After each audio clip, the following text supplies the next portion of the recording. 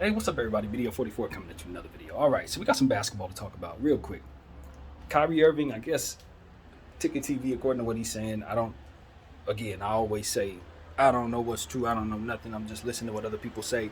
Come to my channel with it, talk about it, laugh at it. That's pretty much what it is. But he's saying that Kyrie Irving may have some interest in joining the Phoenix Suns. Now, honestly, if he's joining the Phoenix Suns from where I'm sitting, he's going to be playing for free.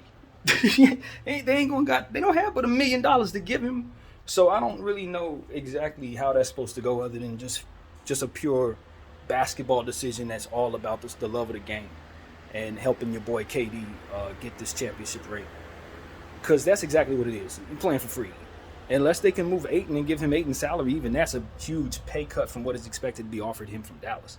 Now, I don't know who Dallas is.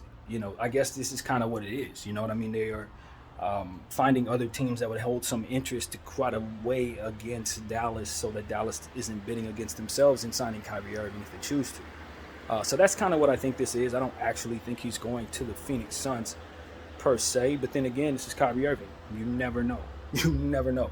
And it was something I was thinking about. The Lakers have opportunities to get Kyrie Irving, but they've also had a lot of resistance. A lot of resistance. And there were things the Lakers could do to put themselves in a position to get Kyrie Irving, but now it looks like it's a further path from that. And I don't know how he feels about that. I don't know how to perceive that. I don't know if there are other things behind the scene that'll make that different than what it is perceived to me. But I'll tell you this. If I'm Kyrie Irving, maybe I'm not so happy with the energy I'm getting from what is being perceived to the public from the LA Lakers, right? How they're perceiving their interest in me, and how it's perceived that I have just so much interest in them. I don't know if I would be happier out if I were him. That's how I feel about that. I just don't like it. It's like, oh, Kyrie wants to be a Laker so bad, but the Lakers, they can try to live without him. That kind of thing. It's like, how bad do I mean, if that's the perception, I just don't feel all that welcome. So I think that's what it's meant to be. I think the Lakers kind of don't want Kyrie. And if that's the case, then why wouldn't he do something sly and like join a pay cut to join a team that's going to destroy us? Doesn't hurt to think that would be something that could help him get his second championship ring. Because to be honest with you, I think that's where I draw the line as it pertains to super teams can't win without a bench. You put 4 superstars on the team, now I'm looking at it like, all right, yeah.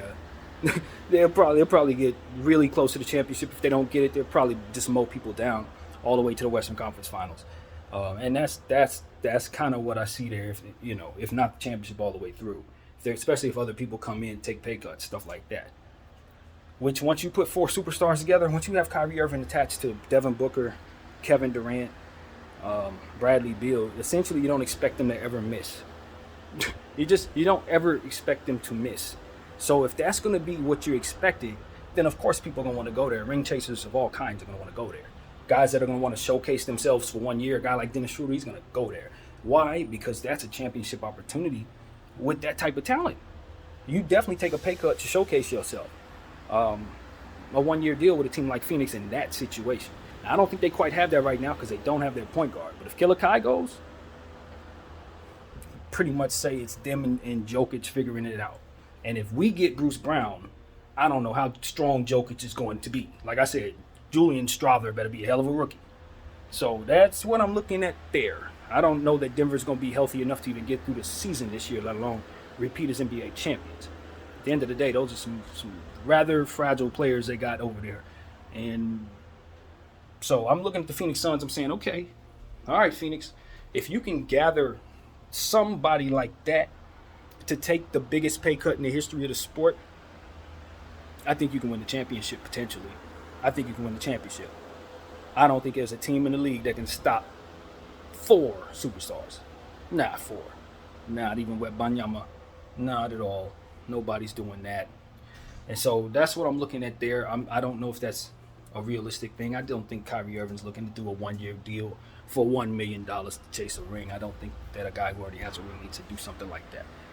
His interest should be trying to get a big contract from the Dallas Mavericks with as many years attached to it as humanly possible.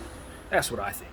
Solidify your longevity in your league in your 30s, because as you do that, whatever ambiguity comes with with what happens next, you have a more likely chance of not having to face free agency. And that's what a guy like Kyrie needs to do, not face free agency anytime soon. So that's what I think. I could be wrong. A player with that type of talent could easily raise his value from here. But it seems like he's got a lot up against him, some of which he's created for himself. And so with that, he has to move a certain way. And I don't think if you want to play many years in the league, the way to go is to take a 1-year deal this year. I don't think so. It's going into the season healthy, so that's a big thing. You know, you want to take advantage of great health in the off season with free agency attached to it. And so that's what I'm thinking there. That's what I'm thinking. I think Kyrie Irving ultimately signs with the Dallas Mavericks for whatever it is they offer. Really, I don't think it's going to be too much to say. In fact, I wouldn't be surprised if he's one of the first people signed. Wouldn't shock me at all. Because I don't know that there is a big market for him, so they should already have a number in mind. I don't think Dallas particularly wants to get rid of him. It seems like they're doing enough to build around the two-man dynamic. And unless he just wants out of there, I think he has a place to play there this season. And not to say that they won't try to trade him thereafter, which I think is highly possible. But that neither side should really be concerned with that for now. I don't think that matters as much, to be honest. More so than to just have an agreement and move forward. So that's what I'm expecting. I don't think he's going to Phoenix for a 1-year deal or to ring chase, and I certainly don't think that Phoenix is going to find a way to trade Ayton for anything that they're happy with. So, and that's the only way they're going to be able to pay Kyrie even remotely of what it is that he would be deserving of. Half of it, at least a third of it, I don't know. It wouldn't be a lot in comparison to what he's expected to get. So, yeah, I would be excited about it if I were a Phoenix fan. If he could go there for real, that's like crazy. That's a crazy amount of talent that they're putting together there. Still, you have to worry about injuries. It will still cap off your expectations to a degree. But if they're healthy, you got to be dreaming about the championship. Now, right now, I think a lot of fans who are not so savvy probably are thinking they have enough now. They do not. But if you add another superstar, you will potentially be able to do that. Now, I would caution Kyrie Irving just like I caution anybody else in this situation. It's the same thing I said about DeMar DeRozan signing with the Lakers 2 years ago for like a small amount just so he could play on the team because he was ready to do that. And I was like, you know what? You don't do that because what you end up having happen is you get the GM looking at your contract as something that's good to chop around at trade deadline. You end up off the team, essentially, because you have such a fantastic contract playing at such a high level. They can go get them something good, go get them a first-round pick, get them something even better than you for you at that price. So that's the problem with DeMar DeRozan signing with the Lakers in that situation. Now, granted, he went on to have almost an MVP year. Nobody would have traded him. But you know what I mean? That's not something you want to risk. It was about the risk, just the same. It wasn't about what it ended up being. It was about what it was looking like. And for him, that to me looked like bait for Rob Pelinka to be like, you know what, DeMar DeRozan at $3 million playing like this, I can go get something incredible for that. And probably would have been responsible for doing so. And the whole point was for DeMar to come here and play, have the dream being a Laker. You know that? And so that just goes left or potentially puts the GM in a weird spot to where he has to consider these things. And so that I would say the same to Killer Kai in regards to Phoenix. That's a team that needs a whole lot, and they don't have it. If they bring you in, you're probably the easiest thing for them to move. That's just the truth. Especially if you're at a price tag that is affordable, you're going to find yourself on a team you probably don't want to be on for at least half a season. As a contract that's expiring that's very affordable, so that they can get those assets. And so that's just what I would tell anybody in the situation. But it may be worth it, you know. Like I said, if you stay healthy and they're winning, they ain't gonna probably trade you at all. If everything's going the way I think it'll probably go, ain't gonna be no trades. But you run the risk. And so, for a guy who needs, longevity going forward, needs the years in the league to lock up at this stage, I just don't think it's the best investment for him. I don't think he needs to showcase himself to win a championship. I don't think he owes anybody we got to make it right since we didn't get it right. But I don't think he owes nobody that. And all those different type of things that I just don't think that are going to be attached to Kyrie Irving at this time in making this decision. It's probably more about the money in the years, probably more so the year than anything else. Unless he doesn't want to do a long career. Maybe he only wants to cash out. I don't know. But the point is, to me, yeah, you want to solidify years. So that's what I'm looking at there. I think it's interesting. It's always interesting to see what teams these players could end up on. Dame Lillard's also interesting as well, even though he's on a massive contract. Teams still want him.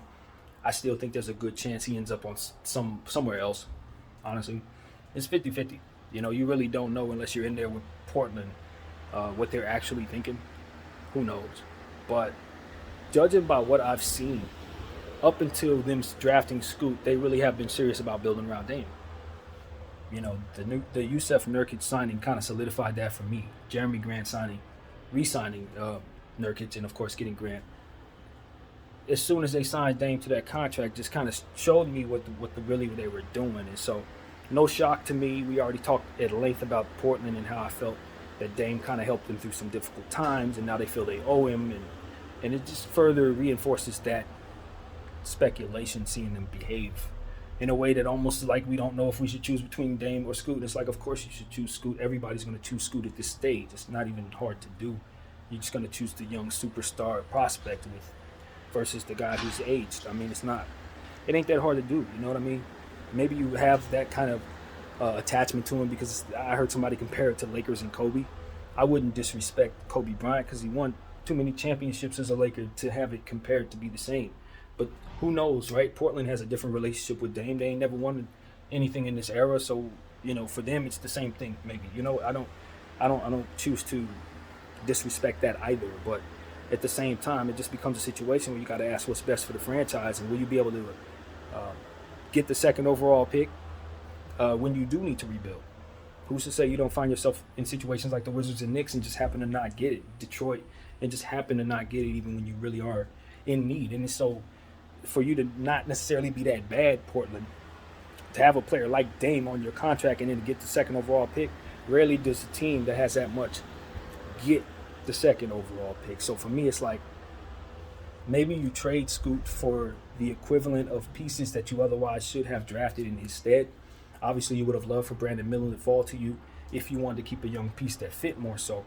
But since you got this piece in Scoot Henderson, either trade him for what's going to ultimately keep you on your timeline, which I think is ill-advised, but do so for what it is he's worth, or trade Dame Lillard and that contract that you would probably be better for not having on your books anymore, and move forward as the team that can build a better foundation with new talent. Since you've been in this hole that Dame helped you get out of, I mean, I don't know if giving him a championship team that mortgages your future in Portland is what's best for everybody, and all the way around. I don't think so, and so that's just what it comes down to. You know what I mean? How much do you owe Dame? Probably a lot. How much do you owe yourself in the city of Portland and the fans who are paying those tickets? More than you owe Dame. More, and that's the truth, man. And the fans. I'm not saying the fans mean more than the players. I'm not saying that. I'm talking about literally, money. It's more. More money. They're paying more money into the team. So it's like you owe them. That's what I'm trying to say. It's not about importance in this situation. No, I'm talking about dollars. And fans have been, coming and supporting the team for longer than Dame's been playing, bro. They supported you through Brandon Roy. They supported you through, Greg Oden. They supported you through all the eras. We lost in Game 7 to the Lakers in 2000. They supported you through everything, Portland. And Dame is a player that came in after Brandon Roy. You feel me? So what are we doing? I hate to be the guy that says it like that, but what are we doing? Because Brandon had to walk away. So Dame came in, and then now Dame is going to have to walk away so Scoot can come in, unless you're not going to do that. And if you're not going to do that, then again, do right by Scoot and move him on. I mean, let's just be real. The man calls himself the real zero. It's going to be awkward, yo. Like, Scoot Henderson's Twitter handler, or rather his IG handle is the real zero. Dame, where's zero? Like, this is not, what I mean? It's probably good energy between them, but I'm sure they would rather both have the ball in their hands. So I don't think you start Scoot Henderson coming off the bench with his value being as it is. To be honest with you, I don't think Scoot Henderson's going to be kicking around demanding trades in his rookie season. But I do believe I do believe that he wouldn't be the worst guy in the world for asking to be moved in this situation. I don't think he'd be the worst person if they're serious about moving forward with Dame, but kind of want to have his rookie season hanging along in the balance, so that they can continue to play Dame and not necessarily let him get no touches. I think with him being the second overall pick and arguably one of the best point guard prospects in a long time, I think he may have the leverage. I think he may be okay, in my eyes anyway, for asking to be placed into a better overall situation. Now, maybe I don't extend that to every second overall pick. Maybe I don't extend that to him. But I think he's in a unique situation where it's okay to want out of that. That's what I'm telling you. Even if he don't want out of that, I want him out of that for him. You know what I mean? So that's how I feel about that. It's awkward. It's unnecessary. And, for Portland, I think they can do better. I really do. I'm not saying you got to hurry up and trade him. I'm just saying make that decision. Don't wait in the balance with that decision. That's what I think. Because this kid's career, we the fans deserve to see his career get off to a good start. And so if it ain't gonna be in Portland, cool. He has plenty of suitors. There are a fleet of teams that want to give him the starting role. And I feel the same way about Cason Wallace in OKC, as we've already talked about. So these are things that are obvious, man. There are more. But for now, these are the players that are in the lottery, whose careers could potentially go really, really, really high, or they could be really, really bust.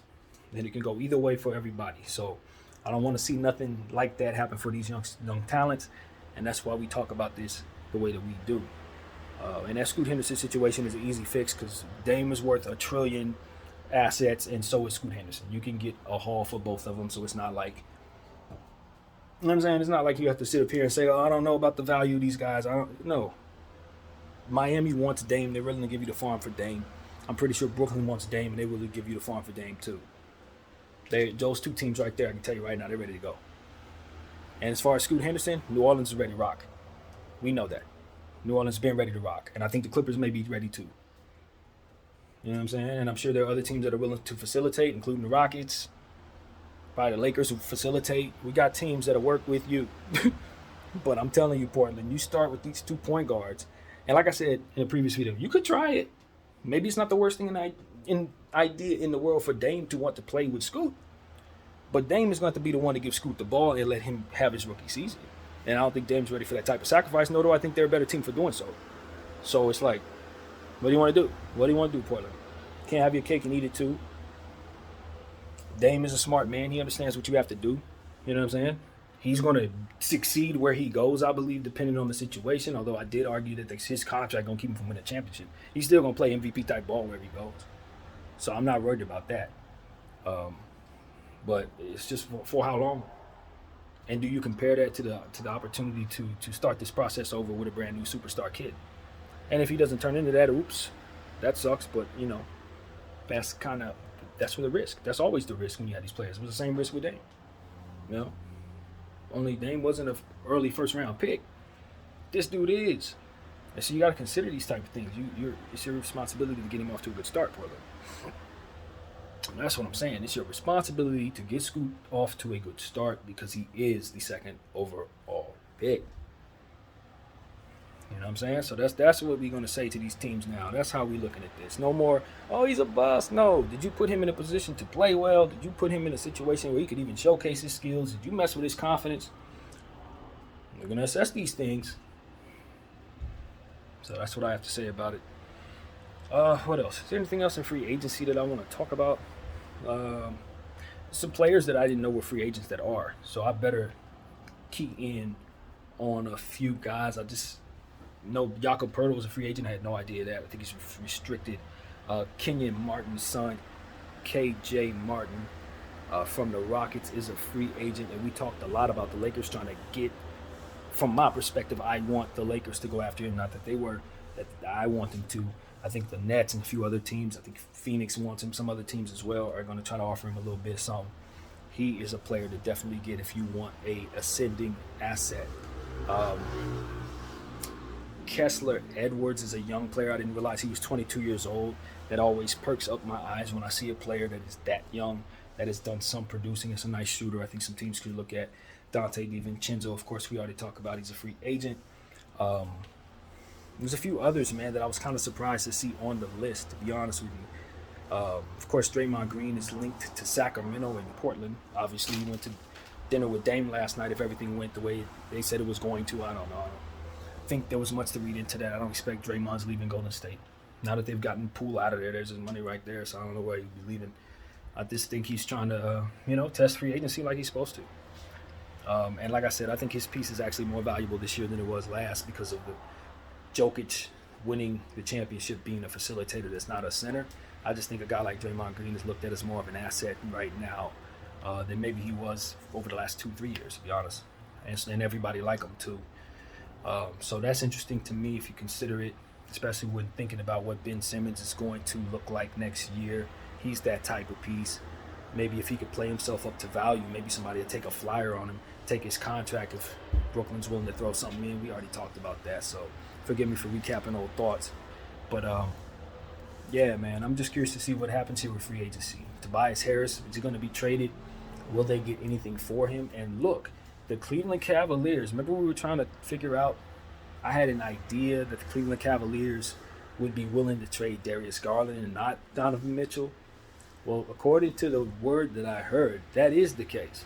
My first initial thought that they were considering, shopping Garland was right. Even though I went through the back and forth, considering it probably made more sense to trade Donovan Mitchell if you had to choose. Yeah, they're shopping Garland. And I know why they have to do it. It's just the same thing I said. It's because they don't have the money to get any better, and they know they're not good enough to win it. And they're good enough to force all of their talent to the front of the team, just like Denver did. But that 8 that they have ain't nearly as good as Denver's, and that's the problem. So I like Imani Bates as much as the next guy. I like what he's going to bring to the table, and I love the fact that he's going to have an early role. But he's going to have to develop, and they're not the greatest team at developing players. They're just not. But they've done a good job with Mobley and Garland. I think they've done a good job with some of the other players as well over the last couple of years. And I think Cleveland just needs to pick one of those stars and trade them so they can diversify a little more and get a little more depth and just be a little better. And I don't know if it's going to make them a champion, but I love where Mobley's and Allen are headed together. And anything's possible with Donovan Mitchell with having that much rim protection. So I kind of like it. I'm never going to be down on Donovan Mitchell, especially since you gave away so much to get him. I'm not going to sit up here and say they need to be trading Donovan Mitchell instead of Garland. I don't want to trade either one of them, and I don't think Cleveland does either. But at some point in time, you just got to understand you got to pick one and understand that it's the only way you're going to get out of the situation with the team not being so good. It's trading them for a couple pieces that makes sense. So Garland's probably the guy that's going to get them the best return, only because they'll have his bird rights to trade, I believe. Younger player than Donovan Mitchell. Donovan's been traded once already. All that stuff, younger all-star. So I just think that ultimately you might get a little more for him. And since they need to recoup what they got from the Donovan Mitchell trade, they're probably just going to try to trade Garland for those type of assets themselves, picks and players.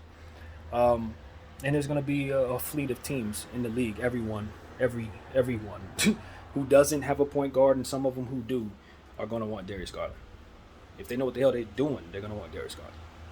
If they have any sense at all, they're going to want Darius Garland. There's a lot of point guards that are available and names that have been mentioned that you should not want more so than Darius Garland. Because that dude is already showing he's going to be one of those elite point guards. And he's not even, 24 years old right now? I don't think he's 24. That dude is special. He's already made an all-star team. He doesn't miss very much. The only problem I have with Darius is he doesn't stay healthy. But a lot of the names that you want don't either, so that balances itself out. That dude's going to skyrocket, man. He's very special. So that's what I know about Darius Garland. You just got to be patient in regards to the fact that he's not very tall. You know what I mean? He's been playing with two stilts. He's been playing with these two guys, Allen and Mobley, that make his life very easy. And so I just like Donovan Mitchell going to this team from Utah, for which had the same thing with Rudy Gobert. I'd love to see him leave this team and go to another team that has the same type of rim protection. That's what I want for Darius Garland. So he's not exposed in any way, because he hasn't been.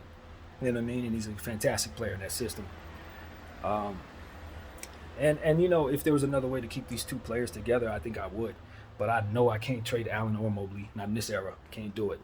So that's the only way. It's literally the only way. Or you're trading Donovan Mitchell.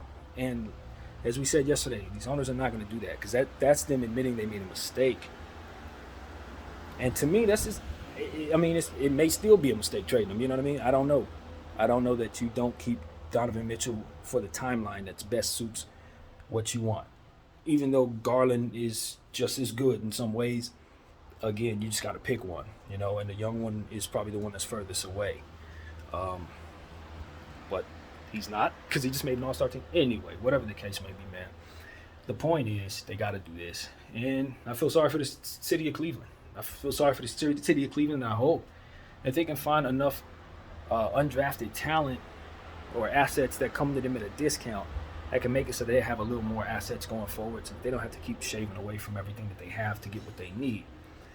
And that is pretty much it. And in a perfect world, I don't know that I want to trade Darius Garland over maybe Jared Allen, to be honest with you. I probably would want to move Jared Allen in a perfect world, but you just got to keep those two together. You know it. I know it, and it is what it is. But for the record, in most situations, I'm trading Allen before I'm trading Garland. For most definitely. And I'm telling y'all that early. And I'm not down on Allen in any way. In any way. Not down on him in any way. It just is what it is. That's how I have the pecking order. For me, it's Mobley first, Mitchell second. Even though Mitchell's the star, it's for me. I'm talking about assets, and then it's Garland, Allen. That's how I have it. Maybe you have it differently. All of these guys are great all-stars. All of them. I don't know if Mobley ain't made an all-star yet, but he will make plenty, I'm sure. So yeah, that's what I gotta say about that, man.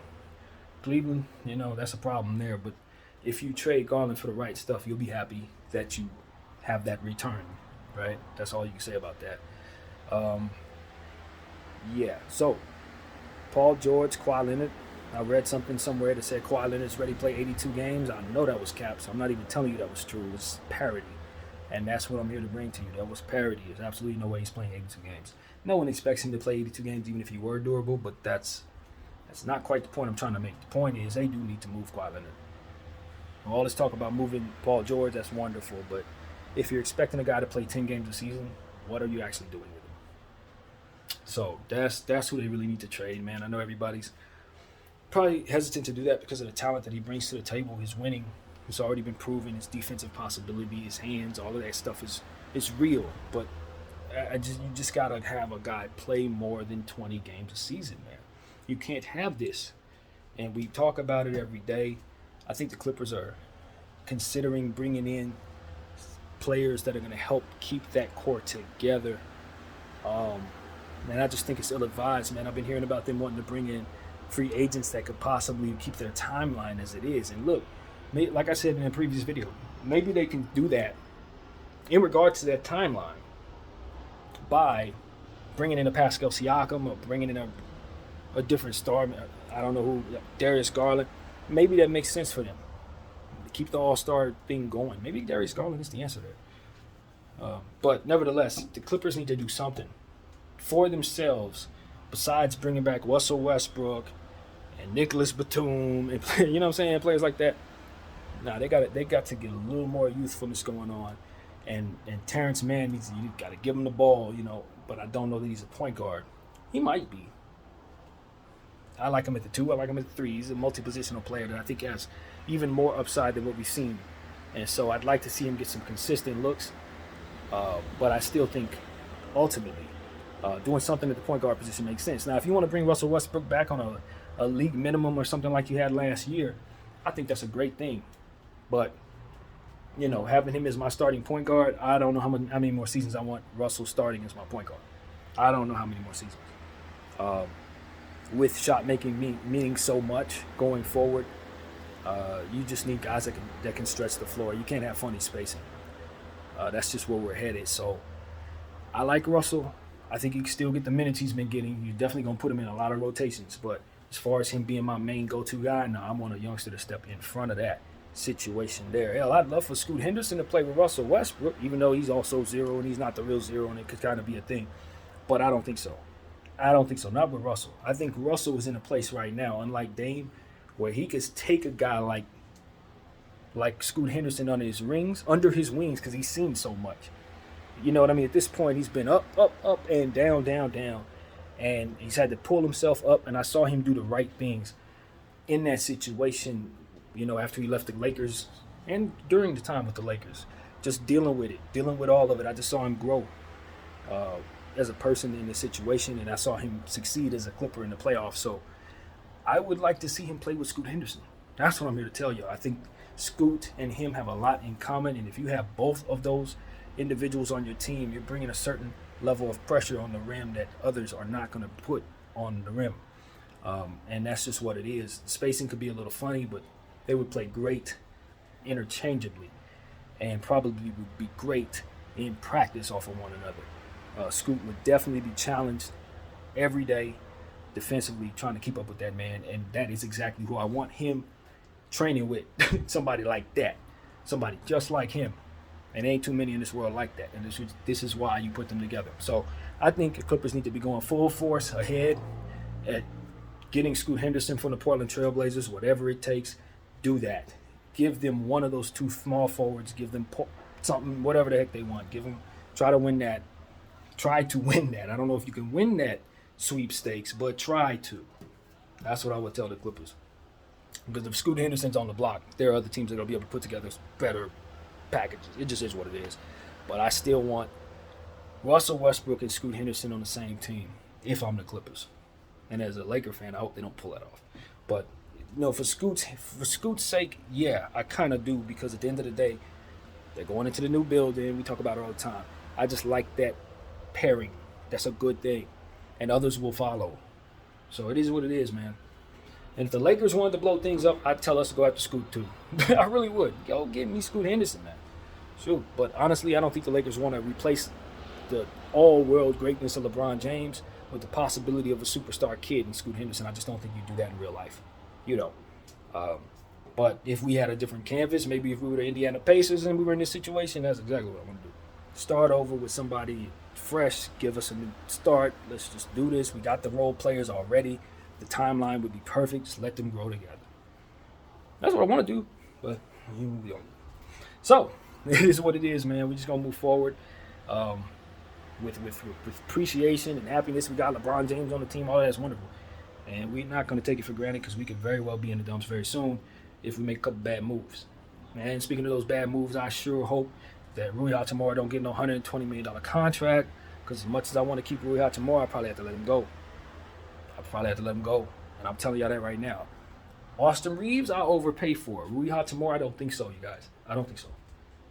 And I want him on the team. And I definitely want us to match. And I'm telling him to match. To a point. And maybe that point's pretty high, but not no 120, 130, 140, 150 million dollar high. No. That's too high. That's not where I'm going with Rui. Especially when we know he hasn't proven enough for that to be the case. They'd only want him signed to that to try to give us a poison pill to mess us up. That's all that would be about. We got to expect it. They know we're going to sign Austin Reeves to whatever. So there are some evil teams out there that just want to take something from the Lakers. They're really not going to help themselves, but it don't matter. They want to take something from you for the betterment of the overall field that hates you. So Lakers need to be very careful not to overrate any of these two prospects in any way. If you've committed to re-signing Austin Reeves to a maximum of $100 million, I don't have no problem going over that, because I think he's that good.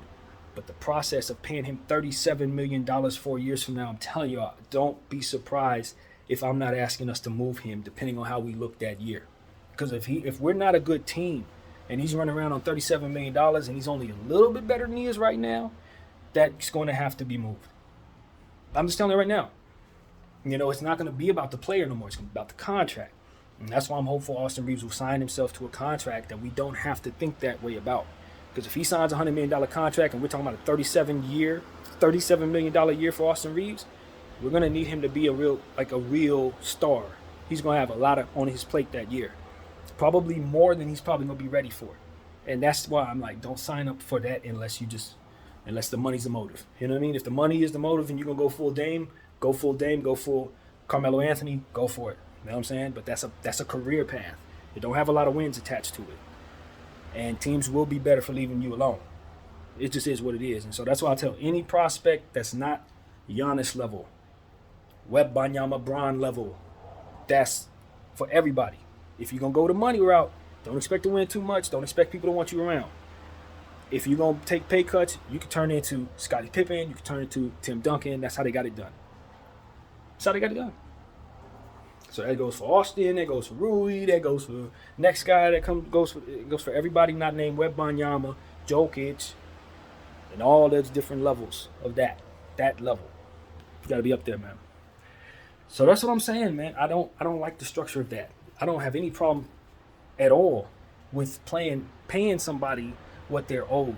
But once you start talking about them taking up way more than what they're supposed to be getting a specific year in the cap, you understand that year they're going to be a hindrance to the rest of the team by way of how you're going to be constructed, depending on how that's constructed. It's $37 million. If he's playing like he's at $15 million, it's the Westbrook thing all over again. Y'all saw how bad the team was early last year. That's what it is. Only it's not Westbrook, it's Austin. You see what I'm saying? So it don't matter who it is. It's the contract. It's always the contract.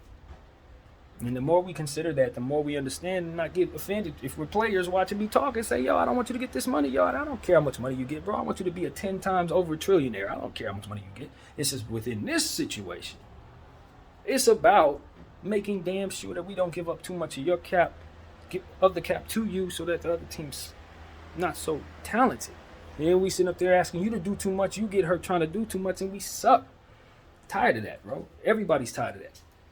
So that's what I want people to understand. It ain't personal. I don't care that you get rich. Stay rich. Be rich forever. I want you to pass that money to your great-great-grandkids forever. But for now, within this arena, bro, stop thinking people are going to want you around and you taking $60, $70 million of the cap, bro. They not. They're going to want you out of here. If they know what they're doing, they're going to want you out of here.